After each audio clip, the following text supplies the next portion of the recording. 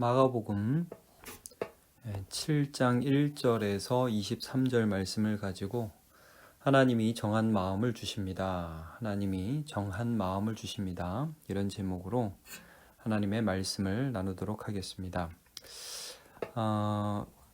이제 마가복음 6장에서 나온 오병이어 사건이라든지 여러 병 고침의 사건들을 통해서 많은 사람들이 이제 예수님께 관심을 가지게 되었고, 특별히 오늘 본문에 보면 1절에 바리새인과 서기관 중 몇이 예루살렘에서 와서 예수님께로 집중하고 또 모여드는 것을 좀 보게 됩니다.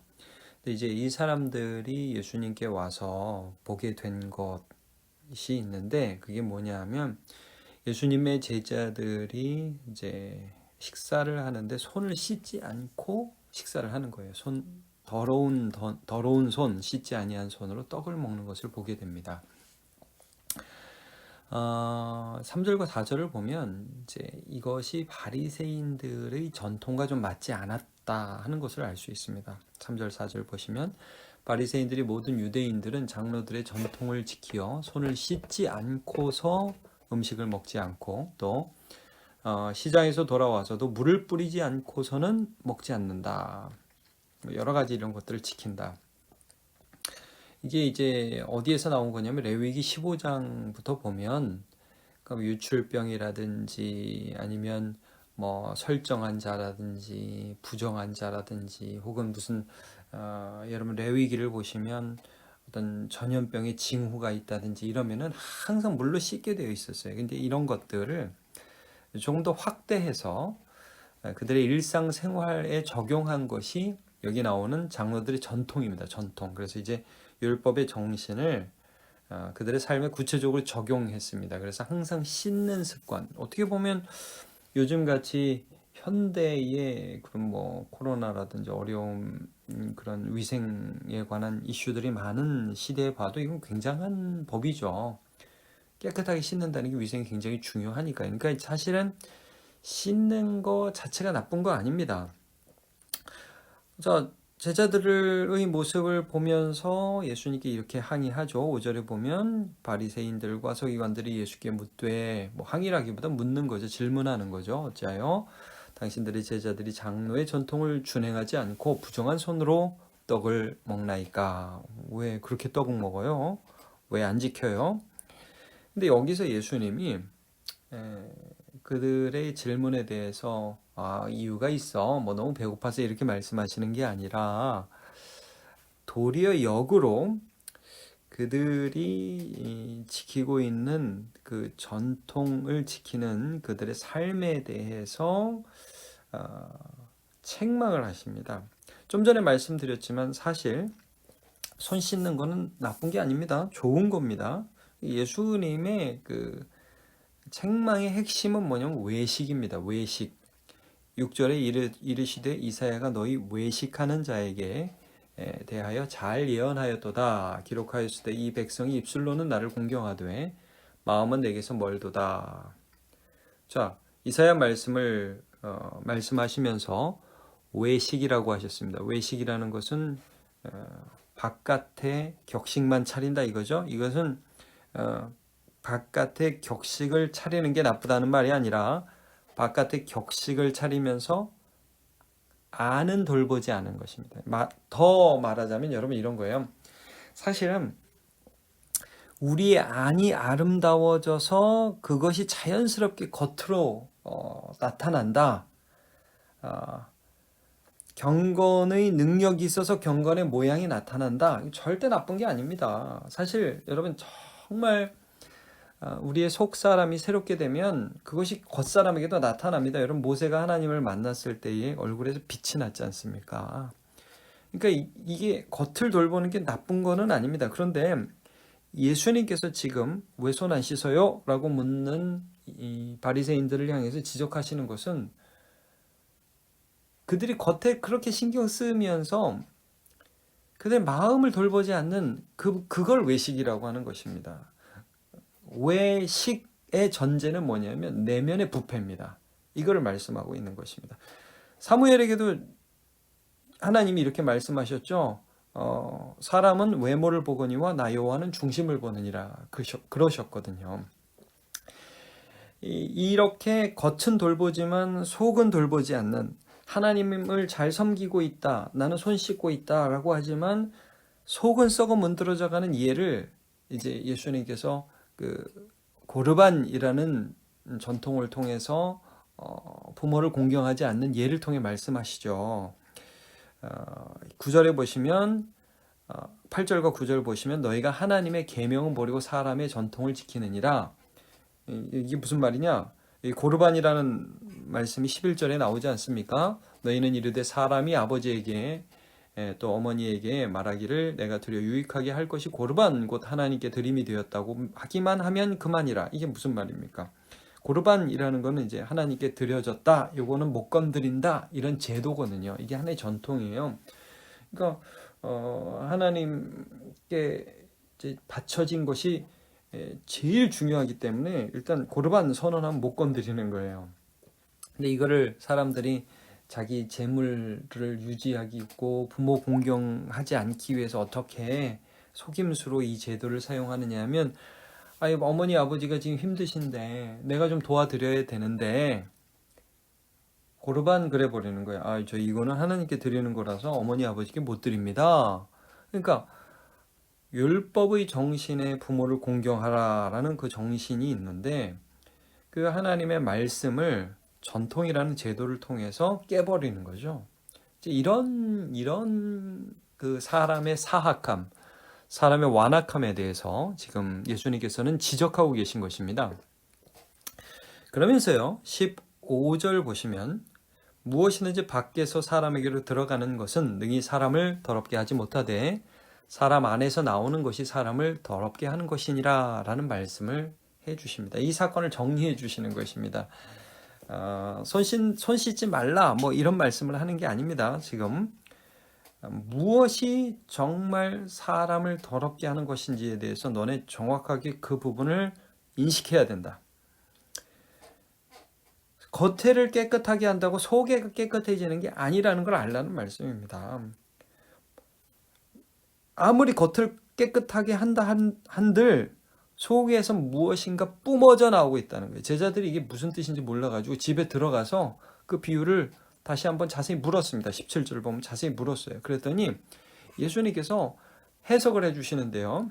자, 18절부터 보시면 이르시되 너희도 이렇게 깨달음이 없느냐? 무엇이든지 밖에서 들어가는 것은 능히 사람을 더럽게 하지 못함을 알지 못하느냐? 이는 마음으로 들어가지 아니하고 배로 들어가 뒤로 나감이니라. 자, 여러분 재미있죠? 음식이라는 것은 이렇게 식도를 통해서 위로 들어가서 장을 통과했고 밖으로 나간다 이거예요. 음식이 마음으로 들어가지 않는다는 말씀을 해주세요. 사람을 더럽게 하지 못한다. 그러니까 지금 여기서 더럽다는 게 위생에 대한 부분이 아니라는 걸 여러분 아시겠죠? 어떤 병에 걸리지 않는다, 뭐 아프지 않다 이런 말씀이 아니에요. 이건 영적인 부분에 대해서 말씀하는 것이에요. 하나님 앞에 더러움과 깨끗함에 이런 외적인 음식이 영향을 못 미쳐요. 신약 성경은 이 부분 굉장히 강조해요. 디모데전서 4절도 여러분 기억하실지 모르겠습니다. 하나님께서 지으신 모든 것이 선함에 감사함으로 받으면 버릴 것이 없나니, 음식에 관한 규례 이 부분에 대해서 신약 성경은 음식 자체가 사람을 더럽게 하지 못한다고 분명히 말씀합니다. 물론 구약 성경에 보면 레위기 11장이라든지 17장에 보면 먹지 말아야 할 음식이 있어요. 그래서 지금도 돼지 안 먹는 사람들이 있잖아요. 이런 레위기의 규례에 따라서. 물론 여러분 이것은 뭐 건강상의 문제일 수도 있고 당시 어떤 이방 민족의 영향을 받지 말라는 그런 이유일 수도 있고 다양한 해석이 가능합니다만, 적어도 신약 성경에서 분명히 말씀하시는 거, 음식 자체가 우리의 영적인 부분에 영향을 미치지는 못한다는 거예요. 그러면 주님께서 지금 무엇을 지적하시느냐? 21절, 속에서 곧 사람의 마음에서 나오는 것, 이게 사람을 더럽게 한다는데, 왜냐하면 음식은 마음으로 못 들어가니까. 속에서 마음에서 사실은 마음으로 들어가는 거죠. 마음에서 행실로 나오는 거죠. 자, 악한 그거 생각들이 무엇인지 여기 쭉 열거를 합니다. 음란, 도둑질, 저거 갖고 싶다, 살인, 죽이고 싶다. 이게 다 사람의 마음에서 나오는 거예요. 이것 자체가 더러운 것입니다. 간음, 음란, 간음 비슷하게 이렇게 나오죠. 탐욕, 저거 뭐 내게 아닌데, 남의 것인데 그것을 내 것으로 만들고 싶은 것. 악독, 속임, 음탕, 질투, 비방, 교만, 우매함. 자, 이 모든 것이 어디서 나오느냐? 마음에서 나온다 말씀을 하고 있습니다. 그러니까 여러분, 예수님은 손 씻지 말자가 아니라 손을 씻는 것보다 근본적으로 우리가 하나님 앞에 정하기 위해서 다루어야 할 우리의 부위는 마음이라 이거예요. 생명의 근원이 이에서 나온다고, 마음을 지키라고 분명히 말씀을 하시죠.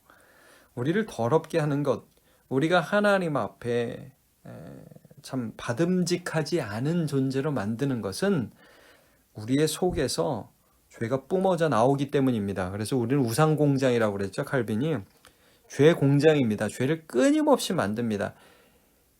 그래서 자, 요한 1서 1장 7절을 보면 이런 말씀이 나옵니다. 그가 빛 가운데 계신 것 같이 우리도 빛 가운데 행하면 우리가 서로 사귐이 있고 그 아들 예수의 피가 우리를 모든 죄에서 깨끗하게 하실 것이요. 만일 우리가 죄가 없다고 말하면 스스로 속이고 또 진리가 우리 속에 있지 아니할 것이요. 만일 우리가 우리 죄를 자백하면 그는 미쁘시고 의로우사 우리 죄를 사하시며 우리를 모든 불의에서 깨끗하게 하실 것이요. 여러분, 처음에 할 게 이겁니다. 죄가 없다고 하면 안 되는 거예요. 죄를 고백하는 거예요. 만일 우리가 우리의 죄를 자백하면, 예수님께서도 그러셨죠. 야, 너네가 소경이라고 그러면 보게 될 텐데 나는 다 본다. 그러니까 오히려 보지 못한다고 말씀하시죠. 우리는 더러운 자입니다 라고 나와야 되는데 이 바리새인들이 뭐라고 나왔습니까? 아니, 왜 당신은 안 깨끗해요? 이렇게 나왔어요. 하나님, 저는 죄인입니다. 저는 완악합니다. 저는 미워합니다. 저는 음란합니다. 저는 남의 것을 도둑질하고 싶은 마음으로 들끓는 사람입니다. 물건을 보면 하나님보다 그 물건을 더 사랑하는 자입니다. 그 고백에서 하나님이 우리의 마음을 다루기 시작하고, 그리고 그렇게 하나님이 다루기 시작하면 우리 마음 가운데에 남의 것을 갖고 싶은 마음에서 내 것을 나누고자 하는 마음을 하나님이 주신다는 거예요. 남을 어떤 소유물이나 도구로 볼 수밖에 없는 존재예요, 우리는. 그러나 그 한 사람을 사랑하고자 하는 마음을 하나님 주신다는 거죠. 그래서 시편 51편 10절에 보면 다윗이 이런 고백을 합니다. 하나님이여, 내 속에 정한 마음을 창조하시고 내 안에 정직한 영을 새롭게 하소서. 여러분, 놀랍지 않습니까? 다윗은 이것을 깨달았어요.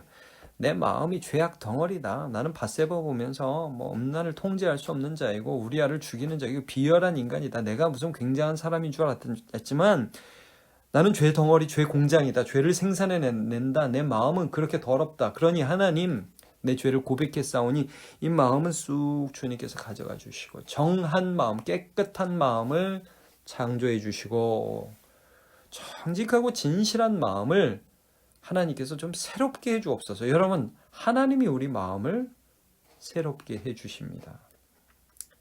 11절도 읽을게요. 나를 주 앞에서 쫓아내지 마시며 주의 성령을 내게서 거두지 마소서. 성령께서 내 안에서 일하신다는 것을 다윗이 알았어요. 12절, 주의 구원의 즐거움을 내게 회복시켜 주시고 자원하는 심령을 주사 나를 붙드소서. 바리새인들은 이런 착각을 했습니다. 손을 깨끗하게 씻으면 괜찮은 사람이야. 내면을 보기를 거부한 거죠. 여러분, 이거 자가당착입니다. 착각입니다. 예수님께서 이 말씀하시는 겁니다. 네가 얼마나 죄 덩어리인지를 알고 그 죄를 깨끗하게 해달라고 나에게 나와야 한다. 여러분, 우리가 어떤 외적인 것을 가지고 하나님, 제가 이거 했습니다, 이거 했습니다 라고 나아가지 않아야 합니다. 우리의 속에 있는 상한 마음, 애통하는 심령을 가지고 하나님, 저는 죄인이로소이다. 나를 불쌍히 여기소서. 이러한 마음으로 주님 앞에 나아갈 때 주께서 오늘도 우리의 마음에 새로운 정직한 영과 선한 마음을 일으켜 주실 줄로 믿습니다.